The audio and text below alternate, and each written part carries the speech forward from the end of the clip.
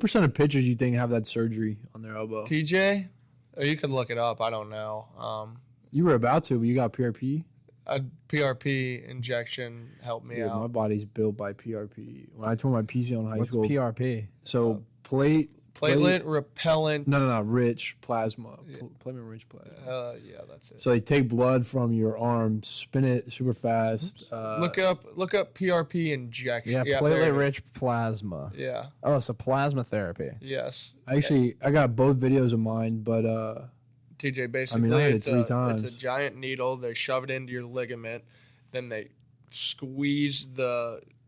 so they take your blood out, they spin it, get the white blood cells out, Right. and then they inject the white blood cells back into the into injured. it. It's supposed to quicken up the healing process. So I tore my PCL in high school. PRP got me back. I shouldn't have came back, but that helped me come back from high school, and then tore my MCL completely. PRP, didn't get surgery, had a complete MCL and a meniscus tear. PRP, I was back in, I think it was 4 or 5 months, and then damn shoulder injury the first game of the season, AC sprain, had PRP to help that out too. Yeah, so I'm all for it, man. I'm all for PRP. I've had 2 PRPs in my left elbow, and I've been perfectly fine since I got those. And then I've also had one in my left oblique too. Wow. I tore my oblique, and I remember that at the gym. Yeah, at the gym, tore my oblique, and they gave PRP to that. And it's like an alternative to surgery. Yes. Yeah. Wow. A lot of people do it if they don't think so. This ligament right here on your arm is called your UCL, and your UCL is where people get Tommy John surgery, which is like repairment of the UCL ligament. And so if your UCL ligament isn't like completely detached or like really hurt, they'll try and do PRP before giving surgery, because surgery is 12 to 14 months before you can come back. PRP was an injection, and it's like 3 months, if that. So it's just kind of like if you have a slight tear. I'd say more of like a sprain or a strain than it is a tear. So if you tore it, you would want tearing is probably surgery for the most part. But it also depends on how big of a tear on the ligament. That's what I'm saying. Like, could they use it on like? I mean, I'm sure they could probably use it on a slight. Small, like, you know, if you small tears can probably get PRPs. I mean, it fixed my MCL completely. That thing tore off, basically. It happened in practice. It was like a Tuesday practice, the last throw of the day, threw a screen to the right, and my center and nose tackle got into it. He flipped them into my knee. It was like pins and needles. It wasn't pain. You think all these knee injuries are like super painful, but it's all structure, so it doesn't really hurt too bad. But I got up, took 3 steps. My knee just went in. Sir. It just went in 3 times. Pins and needles went down my leg, and I knew it was. Yeah. But a PRP, I mean, it was a complete tear with a meniscus tear.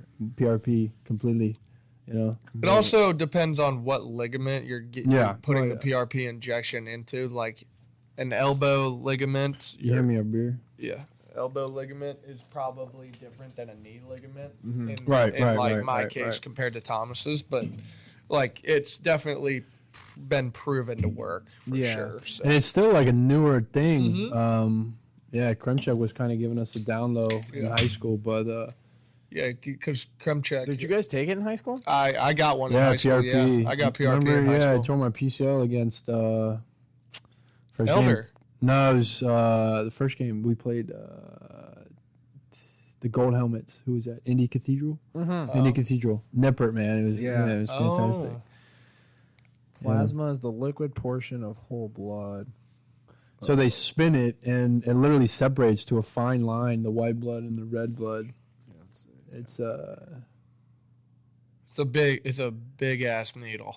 Dude. So when I got the thing for my shoulder, they took, I guess, I don't know what they said it was, like 120 milliliters. I think that might be right. But, dude, I passed out cold. Yeah, I've passed out from it too. Unbelievable. Oh. Let's see if we can find a little bit of a clip here of some people doing it.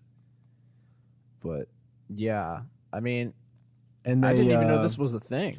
Dude, and what they do. I mean, I figured it was like a cortisone, like when you would get those kind of shots. Yeah, like, yeah. I feel like I've seen people. It's like more updated. Than I feel like I've seen these shot. before. What was the thing what were those patches they used to put on us at Moeller? The tape. The stem patches. Door just open. Oh, that's probably the wind. Okay, yeah, that was Yikes. Oh yeah, it's probably the sketchy. Yeah. Back to the aliens. Yeah. Are we alone? So yeah, I love thinking about that stuff. This dude looks like he's getting one in his elbow. So what they do, you see how it shows. And they pull it up on a It shows where the needle's going. Ultrasound, yeah. Oh man, Nick, did you think that stuff, all the needles and all the injuries, was it traumatizing? Like slowly, because with my injuries, it was slowly like more traumatizing. Like when I hurt my PCL, yeah, that was cool. Tore my MCL, like damn, it's kind of getting to me. And then my shoulder injury, that's kind of when I said, you know what, like, it's getting tough. Thankfully, I haven't had a ton of injuries, and when I have, let's knock on some wood real quick. Yep. And when I have, it's been pretty quick recovery. So like I haven't had a lot of like I've never sat out for more than like 3 months, 4 months max. So I've never had to like dwell on it. Yeah, I would get what I needed to get done, and then I was right into rehab with it. So I've never dealt with like a period of time where it's like, all right, you have to literally sit and rest for like 3 months before we can do anything. Brutal. So it's so brutal. I mean, I did that a couple times. I mean, it's just the constant kind of pain and the soreness. One of my best friends, Steele, man, shout out to Steele down in Utah. He almost tore everything in his knee, and he's back running now. Wow. But he had a big surgery, and then just the daily grind of just getting your knee back is.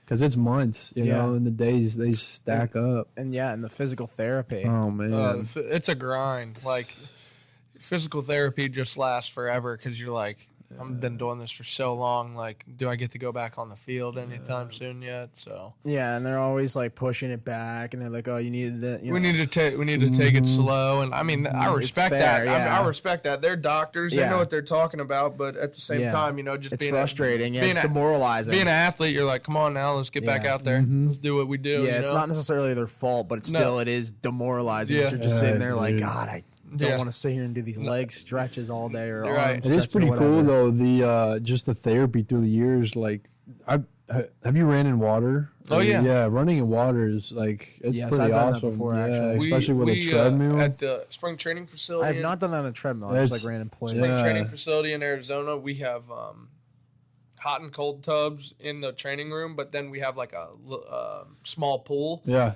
and we have treadmill.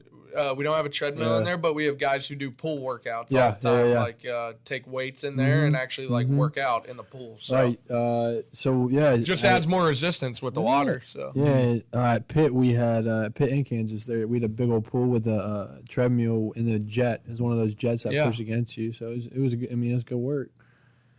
And especially if you have hot water too. Yeah, sweating bullets. Right. Yeah, no, you sweat a lot from it. You get out of the water. Man, it's tiring. You get out of the water, you're like, dang, I'm not just like wet from being in the water. I'm sweating.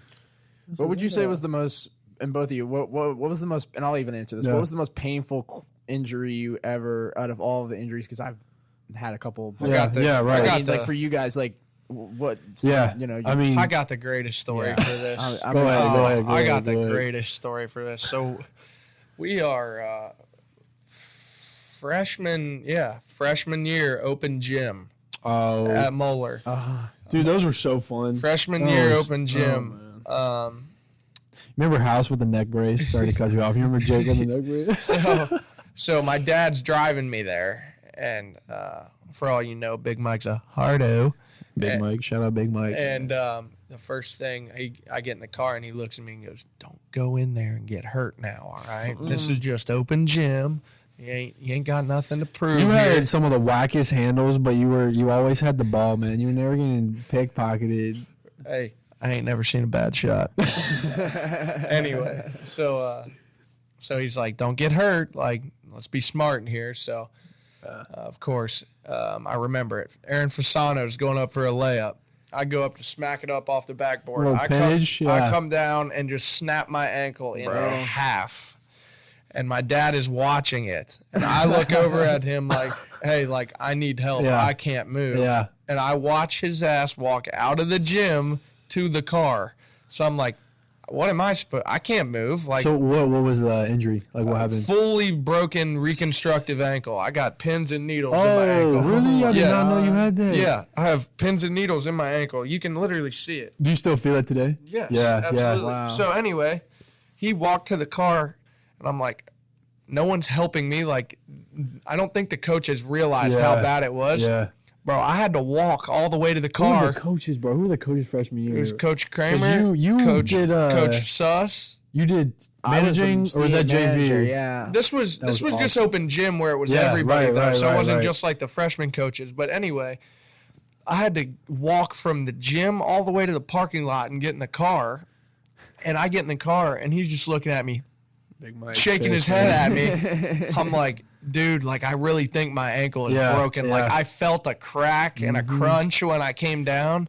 And he's like, oh, we'll go home and shove it in a bucket of water and ice. And I'm like, all right, I don't think that's going to fix it. Rub some dirt on so we did that, and I woke up the next morning. I'm like, dude, I can't move my ankle. So we went in and saw the doctor, and, we had to line up surgery immediately. Oh, my God. Yeah. But I'd say my MCL. But, hey, shout out to Big Mike. Without him, I wouldn't be as tough as I am. So thank you. There you go. There you go. But I would say my MCO, just the feeling of that thing going in on the step, I'll probably never forget it. I'll probably never forget it. I took 3 steps and Ooh, no. You just felt it pop. God. Yeah, I thought it was a sprain. And the doctor came back and said, hey, man, you completely tore that thing. Lizzie, shout out Liz, my sister. Shout out my sisters, Katie and Liz. Lizzie was there in the room with me, man. It was terrible because that was my JUCO. I mean, I played five or 6 games in JUCO, and man, I needed that year, but thankfully it came around. But that was a terrible feeling. That's what I talk about. Hit us with your toughest injury, bro. I mean, this is gonna pale in comparison because I haven't really gotten. I haven't really torn any ligaments or anything. But one funny injury story I can tell is junior year of football. I was on the kickoff return team. Let's go. And I was in the front lines, and they kicked an onside to me, and I in practice, and I went to a dive on the ball, and I recovered the onside, but literally like 8 kids dove on my back, and one kid, I think it was I don't know who it was, somebody big, just dove on my leg and right on my ankle, just ass straight on my ankle, and just absolutely rolled it like completely he just sideways. Sat on it. He sat on it. I got up. And I raised the ball up, and I was like, I got the ball. And I tried to get up and put weight on my ankle, and I went, oh, no, not happening. You got that ball, man. That's the only thing that matters. I threw the ball over and then just hobbled off the field and was out for about 3 or 4 weeks. That's incredible. Not easy, man. It's not easy. These sports are dangerous. They are.